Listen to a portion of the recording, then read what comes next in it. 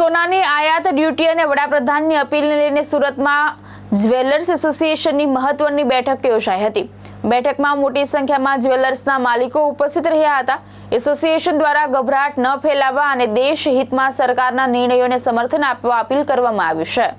Surat jewellers association દ્વારા તાકીદની બેઠક યોજી સોનાના બજારની હાલની પરિસ્થિતિ અંગે ચર્ચા કરવામાં આવી હતી।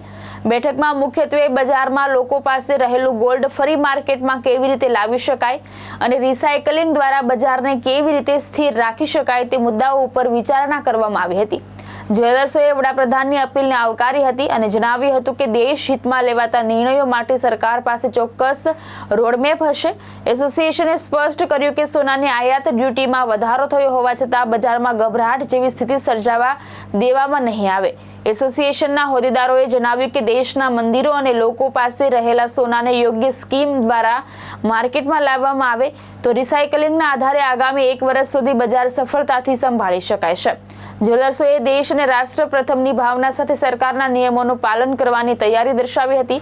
સાથે જ આ મુશ્કેલ સમયમાં ગ્રાહકોને સંતોષ મળે અને જ્વેલર્સનો વેપાર પણ ટકી રહે તે દિશામાં કામ કરવાની ખાતરી આપવામાં આવી હતી।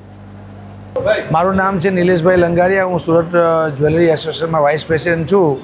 આજ રોજ અમે જે આપણા યશસ્વી વડાપ્રધાન શ્રી નરેન્દ્રભાઈ મોદીએ કીધું કે 1 વર્ષ સુધી ગોલ્ડ ના ખરીદવું અથવા ઘરેણાં ના ખરીદવા અને ત્યારબાદ જે ઇમ્પોર્ટ ડ્યુટી વધી છે એને અનુસંધાનીને અમે આ એક મિટિંગનું આયોજન કર્યું હતું જેથી દરેક જ્વેલર્સ મિત્રોમાં એક હૂંફની લાગણી રહે અને અમે એવું વિચારીએ છીએ કે આપણા યશસ્વી વડાપ્રધાને જો કોઈ પણ જાહેરાત કરી હોય તો એ રાષ્ટ્રના હિતમાં હોય અને એમની પાસે કોઈ સારો રોડ મેપ હોય તો જ એમણે આ જાહેરાત કરી હોય। જેમ આપણા ઘણા બધા મંદિરોમાં બેંકોમાં એમ ઘણું સોનું સંઘળાયેલું છે તો એને પણ સરકાર કોઈને કોઈ સ્કીમ દ્વારા બહાર કાઢી અને એને માર્કેટમાં લાવશે જેથી કરીને અમારો પણ બિઝનેસ ચાલશે અને આપણે બહારથી જે ઇમ્પોર્ટ કરીને આપણું જે વિદેશી ઉદ્યમો જાય છે એ ના જાય અને આપણું દેશનું સોનું દેશમાં રહી અને જ્વેલર્સનો વેપાર થાય એવું કંઈક ને કંઈક સરકાર પગલાં ભરશે એવી અમને આશા છે અને અમે હર હંમેશ રાષ્ટ્રની અને સરકારની સાથે છીએ। ભાવેશ ઉપાધ્યાય, દ્રષ્ટિકોણ ન્યૂઝ, સુરત।